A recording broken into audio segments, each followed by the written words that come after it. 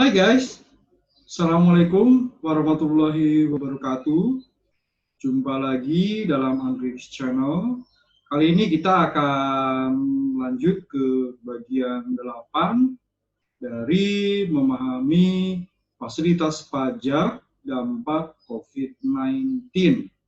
Kita akan mengupas PPN ditanggung pemerintah terkait dengan impor atau penyerahan BKP atau JKP yang diperlukan dalam rangka penanganan pandemi, diatur dalam PMK nomor 28 PMK.03 2020 dan diatur lebih lanjut dalam SE 24 PJ 2020. Oke guys, sekali lagi jangan lupa subscribe ya. Oke, selamat menyaksikan.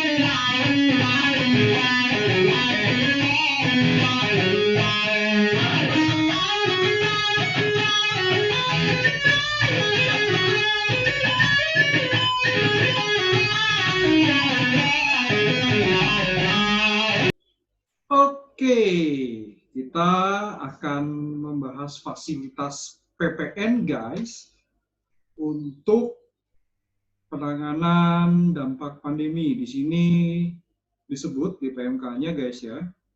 Insentif PPN diberikan kepada pihak tertentu atas impor atau perolehan BKP, perolehan JKP, dan atau pemanfaatan JKP dari luar daerah pabean di dalam daerah pabean yang diperlukan dalam rangka penanganan pandemi COVID-19 dalam masa pajak April 2020 sampai dengan masa pajak September 2020. Jadi kalau baru tahu aturan ini sekarang guys dan ternyata masuk persyaratan, masih ada waktu ya. Sekarang bulan Juli guys sampai dengan September, Juli, Agustus, September, lumayan 3 bulan guys ya. Sepanjang memenuhi syarat guys. Nah di sini guys disebutkan bahwa pihak tertentu ya yang tadi disebut insentif PPN pihak tertentu di sini ada 3 guys. Pertama adalah badan atau instansi pemerintah, lalu ada rumah sakit atau pihak lain. Sementara barang kena pajak atau BKP tadi ya yang diperlukan dalam rangka penanganan pandemi COVID-19 meliputi obat-obatan, vaksin, peralatan laboratorium, peralatan pendeteksi, peralatan pelindung diri, peralatan untuk perawatan pasien, dan atau peralatan pendukung lainnya yang dinyatakan untuk keperluan penanganan pandemi COVID-19. Sementara guys, untuk JKP atau jasa kena pajak yang diperlukan dalam rangka penanganan pandemi COVID-19 meliputi jasa konstruksi, jasa konsultasi, teknik dan manajemen, jasa persewaan atau jasa pendukung lainnya yang dinyatakan untuk keperluan penanganan pandemi COVID-19. Nah, kemudian guys, untuk ininya guys ya, persyaratannya di sini dan fasilitasnya guys, fasilitasnya dulu ya di sini ya. PPN yang terutang atas impor BKP oleh pihak tertentu, oke, tadi impor oleh pihak tertentu ada 3 guys ya, jangan lupa ya, tidak dipungut sesuai dengan ketentuan peraturan perundang-undangan, oke, PP-nya tidak dipungut nih bagi mereka di sini, ya, mereka itu tadi adalah badan instansi pemerintah, rumah sakit, atau pihak lain. Bagi mereka ini PPN impornya atas barang kena pajak tidak dipungut. Sementara guys, penyerahan BKP dan JKP oleh PKP, nah ini buat umum sekarang, kepada pihak tertentu, berarti kalau tadi kan impornya langsung oleh mereka pihak tertentu ya, nah sekarang nih PKP menyerahkan kepada pihak tertentu. Oke, pihak tertentu tadi adalah pemerintah, rumah sakit, dan atau pihak lainnya gitu ya. Maka di sini PPN-nya guys atau penyerahan BKP tadi itu ditanggung pemerintah. Makanya saya pakai judulnya adalah PPN DTP. Karena ini kan sudut pandangnya adalah kita guys, bukan sudut pandang pemerintah gitu ya. Nah kemudian guys, pemanfaatan JKP dari luar dari pabean di dalam pabean oleh pihak tertentu, oke, ditanggung pemerintah.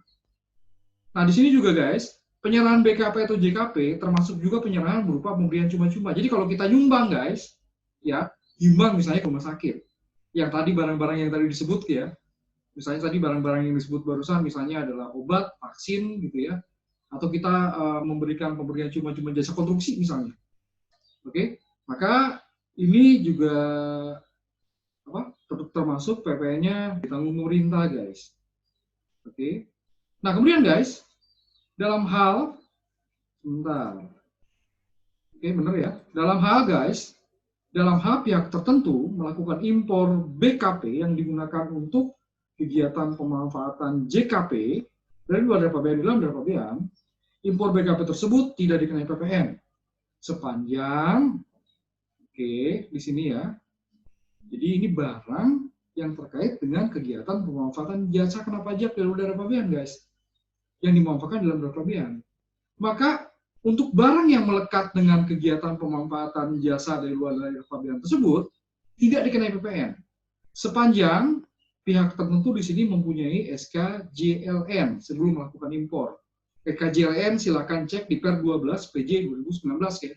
Di sana memang disebut kalau itu melekat dengan jasanya maka barangnya harus bukan harus ya.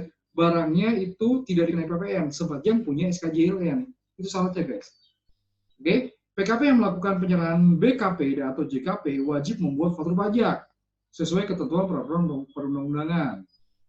Nah, oke, berarti di sini kita harus cek lagi guys peraturan pemerintah terkait dengan penerbitan faktur pajak ya. Ya, kita bisa cek di Per 16 guys, PJ 2014. Ya, itu yang terkait dengan pembuatan faktur pajak melalui e-faktur. Cek di sana guys.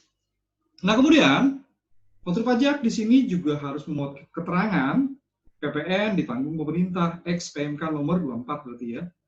Jadi harus ada itunya guys. PPN ditanggung pemerintah X PMK nomor 28 PMK titik 03 2020. Nah, kemudian PKP yang melakukan penyerahan BKP atau JKP harus membuat SSP atau cetakan kode billing yang dibubuhi cap atau tulisan PPN ditanggung pemerintah sama tadi ya. Sama bunyinya cap tadi. Oke, tadi kan dicapnya di faktur pajak ya, ini sekarang di SSP juga harus dicap. Kemudian juga harus membuat laporan realisasi PPN DTP. Oke guys, wajib membuat laporan realisasi DTP. Nah, kita bisa cek guys, laporan realisasinya bentuknya seperti apa. Ini dia bentuknya. Nah, kayak gini guys ya. Bentuknya kayak gini guys. Laporan realisasi DTP ini ya, bisa silakan dibuka peraturannya ya untuk lebih jelasnya. Kalau memang ingin memanfaatkan ini, fasilitas ini. Nah, kemudian guys, di sini juga ada beberapa hal lagi ya. selain tadi apa namanya membuat laporan realisasi di sini, oke, pihak tertentu guys, ingat tadi pihak tertentu pemerintah, rumah sakit, apalagi tadi pihak lain ya, yang melakukan pemanfaatan JKP dari luar dari pabean, oke, harus membuat SSP, sama di sini juga SSP atau cetakan kode billing di Buicap atau tulisan PPN ditanggung pemerintah, membuat laporan realisasi juga sama. Nah, laporan realisasinya guys dibikin cuma 2 kali, oke, ya, untuk periode masa pajak April. Oh iya benar ya, dibikin 2 kali ya. Di sini untuk masa pajak April sampai dengan Juni, untuk masa pajak Juli sampai dengan September. Nah, yang untuk masa pajak April sampai dengan Juni itu wajib dibuat laporan realisasi adalah tanggal 20 Juli 2020. Ini udah semakin dekat ya, kalau yang memanfaatkan di sini periodenya guys harus lapor laporan realisasi ini sampaikan ke DJP. Tanggal 20 Oktober 2020 periode masa Juli sampai dengan masa September. Pelaksanaan pertanggungjawaban. Oke, ini kita skip. Nah, guys, formulirnya ya nantinya bentuknya kayak gini nih. Tapi saya yakin ya sama seperti fasilitas terkait dengan COVID-19 lainnya ya, bahwa nanti segala laporan ini dilakukan secara daring ya. Secara daring, guys. Jadi kita nanti harus download dulu formulirnya ya. Seperti ini guys. Download dulu. Kemudian, nah ini ya, nanti kita isi formulirnya. Isi semua guys. Nanti kita upload lagi. Tata caranya bisa dicek di video-video sebelumnya ya. Saya cuma contohkan satu untuk laporan realisasi PPh pasal 21 ditanggung pemerintah. Tapi mirip-mirip kok caranya. Oke, kemudian guys di essay 24 ini ada teknisnya lagi ya. Teknisnya di sini masih sama semua mirip-mirip kok. Obat-obatan, vaksin dan sebagainya. Oke, ini sama semua ya sama PMK-nya ya. Paling di sini masalah teknis di sini penegasan lebih lanjut bahwa faktur pajak dibuat sesuai peraturan perundang-undangan di bidang perpajakan. Kode transaksi 07, nah itu ya teknis ya. Memilih lainnya. Oke. Jadi di faktur dibuat menggunakan kode transaksi 07 pada detik transaksi lainnya di faktur ya, saya lagi memilih lainnya pada keterangan ditambahan dan menuliskan PPN ditanggung pemerintah X PMK nomor 28 PMK titik 03 2020 pada baris referensi faktur. Harus membuat SSP guys, tadi sudah ya, DTP juga sama, dan harus membuat laporan realisasi PPN DTP. Oke, kemudian, nah ini juga sama ya, masih sama ya, paling di sini teknisnya aja nih, yang grup C kayaknya nih. Kalau yang AB ini masih sama PMK-nya ya. Pihak tertentu yang melakukan PKP wajib melaporkan PPLS pemanfaatan JKP luar dari pabean dan luar pabean. Oke. Merekam transaksi di 1111 B3 pelaporan di sini ya. Oke. Sesuai oke. Pelaporan dilakukan dengan cara merekam transaksi pada formulir 1111 B3 nama penjual BKP JKP tidak berwujud atau pemberi JKP diisi dengan nama lawan transaksi luar dari pabean. Pada kolom PP diisi dengan teks identifikasi nomor TIN lawan transaksi atau diisi 0000 kali ya. Dalam hal nomor TIN transaksi dari diketahui.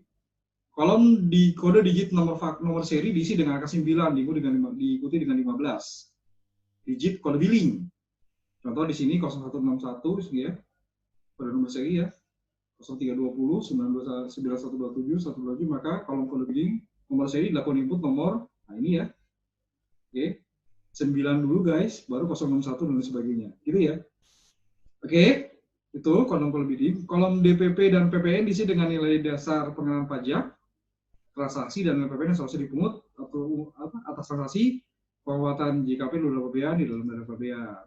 Nah, ini ada contoh-contoh guys ya. Di surat edaran ini guys ada contoh-contohnya. Kita mungkin hanya sekedar bahas satu contoh saja ya, karena untuk lebih jelasnya guys, silakan buka peraturannya dan dua-duanya ya dibaca ya guys ya.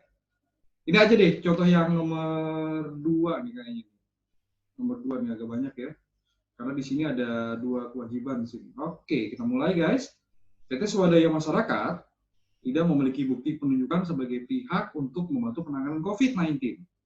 Pada tanggal 1 Mei 2020, PT Swadaya Masyarakat membeli 100.000 unit alat pelindung diri pada PT sini apa? Pada PT kalau berubah ya? Sebentar. Oke, pada PT Supply Alkes dengan harga pembelian sebesar 1 juta. Oke, bentar. 1 miliar nih ya, pada tanggal 1 miliar ya. 100.000 unit sebesar 1 miliar. Pada tanggal 10 Mei, PT Swadaya Masyarakat memberikan APBD tersebut secara cuma-cuma ke rumah sakit rujukan yang menangani pasien pandemi COVID-19. Berdasarkan PMK 28, konsekuensinya. Oke, yang pertama di sini, PT Swadaya Masyarakat tadi kan bukan pihak yang ditunjuk ya, untuk memperoleh fasilitas, sehingga atas fasilitas tersebut dikenai PPN. Kemudian Supply Alkes di sini wajib memungut PPN, sebentar ini 1 miliar ya, menerbitkan faktur pajak dengan kode 01 normal berarti, oke. Nah, PPN yang dipungut merupakan pajak masukan bagi swadaya masyarakat. Nah, ini yang pada saat pembelian, guys. Oke, nah pada saat pembelian cuma-cuma disumbangkan rumah sakit, swadaya masyarakat melakukan penyerahan ke rumah sakit, subjek yang memperoleh fasilitas PPN. PPN-nya DTP ditanggung pemerintah, dapat dikreditkan, guys. Oke, memboster pajak kode 07, memuat X, PMK, dan sebagainya, membuat surat-surat pajak ya tadi ya, kode billing yang tadi sudah disampaikan, harus melaporkan transaksi tersebut dalam melakukan realisasi PPN DTP. Paling lambat tanggal 20 Juli, ini kan transaksinya Mei ya. Jadi kan untuk masa April, Mei, dan Juli dilakukan di 20 Juli. Nah gitu guys, coba harus waspadai guys ya, ini kan pemberian cuma-cuma nih. Mudah-mudahan ini dalam pemeriksaan pajak tidak jadi masalah ya, apalagi ini kan tujuannya untuk penanganan pandemi COVID. Biasanya gini guys, yang namanya pajak masukan itu kan selalu diutak-atik ya dalam pemeriksaan pajak ya. Jadi ini harus benar-benar kuat ya, peraturannya oke lah di sini. Cuman yang namanya pendapat itu guys bisa berbeda guys antar pihak otoritas guys. Jadi ini kita nih harus benar-benar cek nih. Syukur-syukur bisa diskusi dulu sama KPP tempat terdaftar ya, bila ingin menyumbangkan barang yang dibutuhkan dalam rangka pandemi. Karena biasanya kalau pemberian cuma-cuma guys, dan itu tidak terkait dengan produksi, distribusi, manajemen pemasaran atau kegiatan usaha, ya biasanya sih guys ya, mudah-mudahan ini enggak ya, ini ketakutan saya aja sih. Akan diutak-atik pajak masukannya, karena kan tadi DTP kan berarti pajak masukan atas perolehan barang tadi yang kemudian disumbangkan itu dapat dikreditkan. Nah, itu aja sih, mudah-mudahan nggak terjadi ya. Karena ini kan untuk penanganan pandemi, ini kan kita sedang dalam masa bencana non alam guys. Pandemi ini bencana, ini istilah kata peraturan ini kan lebih lanjut mengatur tentang undang-undangnya yang juga bagian dari Perpu nomor 1 guys. Jelas-jelas di sini agar keadaan ekonomi kita, kondisi ekonomi kita tetap aman. Apalagi tadi kan ditujukan untuk seluruh tubuh dari Indonesia itu aman dari COVID. Oke, demikian bagian ke-8 dari memahami fasilitas pajak karena dampak pandemi COVID-19. Ya, ini bagian pertama dari PMK 28 berarti guys. Oke, sampai jumpa di video Andrik Channel berikutnya. Terima kasih sudah menyaksikan. Jangan lupa subscribe guys. Oke. Wassalamualaikum warahmatullahi wabarakatuh.